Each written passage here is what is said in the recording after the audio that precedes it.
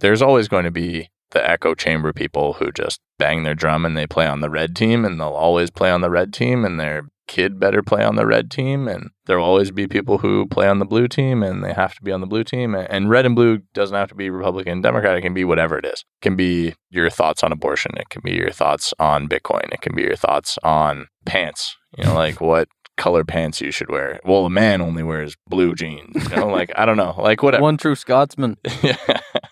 And so, I mean, it can be really whatever. And what's important is to see, why do I think the way that I think? And when you start to really look and shine the spotlight, not on other people and say, oh, well, this person's bad because I think that, shine the spotlight on yourself and say, oh, I actually think this way because of something my dad said when I was 8. Yeah. And it might not necessarily be true anymore. Or he might have been a fucking idiot or whatever. I'm not talking about Dad. I'm not talking about you. Just chill. Don't worry. Yeah, I mean, I'm a dad now. My daughter's 9 years old. She asks me things and I'm like, I'm an idiot. Don't ask me. I don't say that to her, but that's what I'm thinking. Like, I don't know the answer to that question. When I was asking my parents these questions when I was a kid, like, yeah, you think adults are so smart and they have all the answers, but they're just idiots, just like the rest of us. Yeah, everybody's just an idiot walking around in space, roaming around, waiting to get killed by carbon dioxide emissions.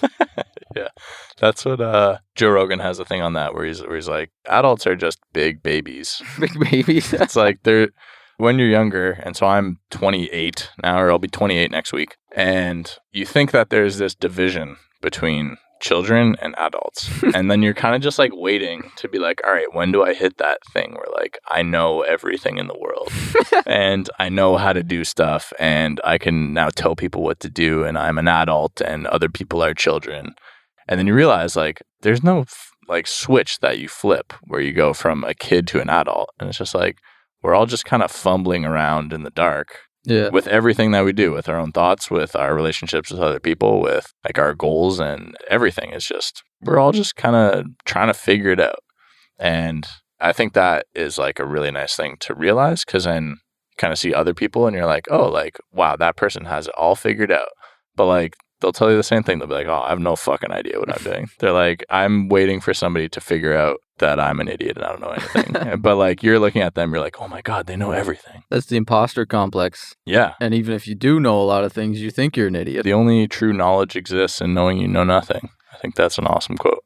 It's like Plato or Aristotle or something. So we can roll it back to the previous conversation about the coins. Like, I think Ethereum versus Bitcoin, it's hard to think of these things as companies versus monies versus projects or whatever. As a project, I don't think there's any chance of another cryptocurrency that's meant to be money to be launched in a way that is as pure as Bitcoin was launched. Even just talking about like free from backdoors from the NSA.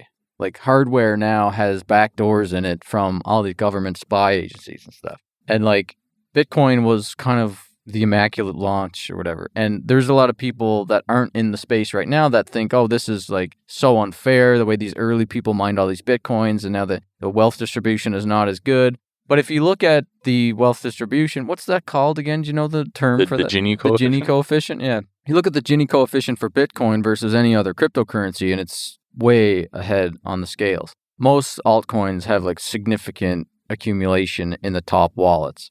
And a lot of people represent Bitcoin as to say that only 98% of all Bitcoin is held in the top 1% of wallets or some ridiculous stat like that, when they don't actually look at the fact that like wallets are generated to be not used twice and like most addresses are empty on purpose. So you can't use that stat because you're always going to have most Bitcoin wallets be empty because they're only used once. And then for privacy reasons, you don't want to reuse your wallets. So a lot of them are just automatically created. So these stats that the media likes to say about how concentrated the wealth is in Bitcoin is totally full of shit. It's not real because they're not factoring in all these, like the 95% of addresses that are empty on purpose. So that doesn't represent the amount of people holding Bitcoin. That just represents the amount of addresses that are created. But if you look at the Gini coefficient of Bitcoin, it's much healthier and it's trending positively towards more wider distribution. Other coins aren't quite like that. Like there's a lot of concentration of wealth in other coins. And that's to be expected. Bitcoin's 10 years old. These other ones aren't. Is that a problem, though? I don't think it's a problem with Bitcoin. I think it's, if you want to call it a problem, I think it's just a problem with capitalism and free markets. I agree. Because there's always going to be somebody that wants a bigger stick. So you're never going to be able to limit someone from accumulating more wealth unless we get rid of billionaires. Yeah, unless they're like, you're in a socialist society where you get taxed at 90% on your wealth or something, and you have a cap on your wealth. Yeah. But then that's the reason why Bitcoin exists, for dictatorships and like people to get out of those situations. And I think the offshore wealth industry, of hidden money, where people hide their money in bank accounts offshore to hide from the government or whatever reason they're hiding money, is trillions of dollars. If Bitcoin was only used to escape dictatorships and like capital controls and hide money, Bitcoin would be in the trillions of market cap just for that one use case. We're not even talking about people using it, why you originally got into it, to help people in the third world have banking access. That's just a whole nother use case. Just to finish the thought, I don't think Ethereum or any of those other coins will ever be able to be used as the money use case and succeed over Bitcoin in that use case of money, because Bitcoin is the real, true, only decentralized cryptocurrency. And for money, you need decentralization. Is the US dollar decentralized? Well, for money, cryptocurrency as the money use case, I mean. But that is a good point. So maybe, right? Like, what happens if tomorrow the US government says, you know what? We messed up with all this money printing and everything. We're going to create a hard-capped amount of USD coins. There's only 21 million of these USD coins, and anyone can start using the software and mine it. And it's all open source, and everybody can use it. Does that not have a chance of winning? I think something like that would have less of a chance of winning because it's political, where Bitcoin is apolitical. And when you're talking about the macro picture, you've got Russia and China and USA are the three sort of like major vying superpowers right now. And the Russians and the Chinese aren't going to adopt something that the Americans created, because they would probably know that even though they're saying it's open source, there's NSA backdoors in it. And the Chinese are going to have their own backdoors in it. And the Russians are going to have their own backdoors. So Bitcoin was the only one that was launched in a way that it's like apolitical money. And Ethereum had the DAO hack, and they became not mutable anymore. So money in the cryptocurrency use case needs to be immutable. It needs to be free from some centralized entity to be able to go back and reverse transactions. Ethereum proved already that if you lobby Vitalik and the founders or whatever, they can change it if it's a big enough value. And to their credit, the the guy that created Polkadot, Parity hack. Greg Wood. Wood. Gavin. Gary Wood. Gavin. Gavin Wood. Gavin Wood. Gavin Wood. It's a G Wood. So Gavin Wood and Parity. So when the Parity hack happened, a significant amount of Ethereum got locked in the Parity hack, and there was a vote to unlock the Parity and fix it, and the community voted no, right? And they didn't do it. Yep. So to their credit, the first time it happened, they flipped the switch and reversed the transactions. And that broke Ethereum's immutability, because it proved there was a centralized control over the Ethereum blockchain. But then when it happened again, for a significantly more amount of money, I think. Yeah, it was around the DAO amount. I can't remember the exact numbers. I think in dollar terms, it somewhat was comparable. High, but in ETH terms, it wasn't as high. Right. It wasn't nearly as high as the DAO hack. But they didn't reverse it there. So they kind of retained a little bit of respect from the hard money folks, who now there's like Ethereum maximalists that are pushing ETH as money, and that's a bit of a division within ETH. There's people that say ETH is DApp fuel and ETH is smart contract fuel. No, ETH is money. No, ETH is DeFi. And that's actually kind of healthy, because it should be this public resource that the community controls the future of it, and there should be healthy debate about what this thing is. Of course. And who is a Joe Blow Bitcoiner to say that some other cryptocurrency can't be money? Money is what people say it is, and ETH has been used as money in fueling the ICO boom, and people send ETH to each other for value exchange. I have sent ETH to people. People say, yeah, it's money. You owe me $20. I say, okay, I have some ETH in my wallet right now, and I didn't have any Bitcoin. I say, well, you take ETH? They go, yeah, sure, whatever. Yeah. So send them $20 worth of ETH. But the thing is, like, do people hop on that as like, well, ETH was created originally not as money, and they were saying this isn't money, this is smart contract fuel to get around regulations and whatnot and raise the money to not be a security. And they were saying this is scalable and smart contract fuel, and the narrative just kept changing, and it feels intellectually dishonest as a Bitcoiner who was saying, like, from the beginning, this isn't going to scale. And they would say, oh, yes, it is. And now, like you said earlier, Joe Lubin comes out in that interview and says, oh, we knew from the beginning it wasn't going to scale. That was really bad, yeah. And now it's trying to shift into all these different narratives. So the shifting narratives and all that, whatever. It's a market. It's capitalism. It's going to happen. People are going to say stuff. Joe Lubin doesn't control ETH. I mean, he controls a lot of ETH. So Consensus just announced that they bought Infura. Oh, really? Yeah. It was like 2 or 3 hours ago. Okay, so Infura, for people who don't know, is like the number one node hosting company. Essentially, if you took Infura offline, the Ethereum node count would drop by, I think, something like 80%. It's something like that.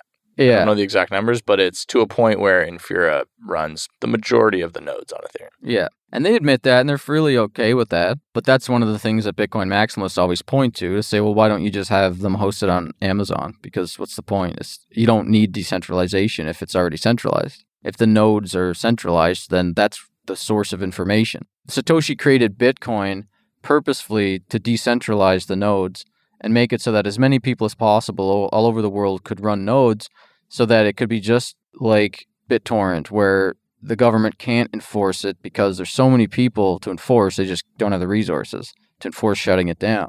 But if the government went after Bitcoin and Ethereum and Litecoin and Monero and like all these coins, Bitcoin's the one that's going to be most government resistant, because they could just go after Infura, and they could just go after Consensus and go after Vitalik, and like they could go after the Bitcoin miners. But SegWit2x and the No2x movement proved that the Bitcoin miners aren't really in control of Bitcoin anymore. It's the users and it's the node operators, the full node operators. Yep. So if Ethereum market cap does ever exceed Bitcoin's market cap, it's possible. It could still happen. It's not out of this world to think that Ethereum market cap could 10x before Bitcoin does a 10x. Mm-hmm. What is the market cap now of Ethereum? ETH is at 19.23 billion.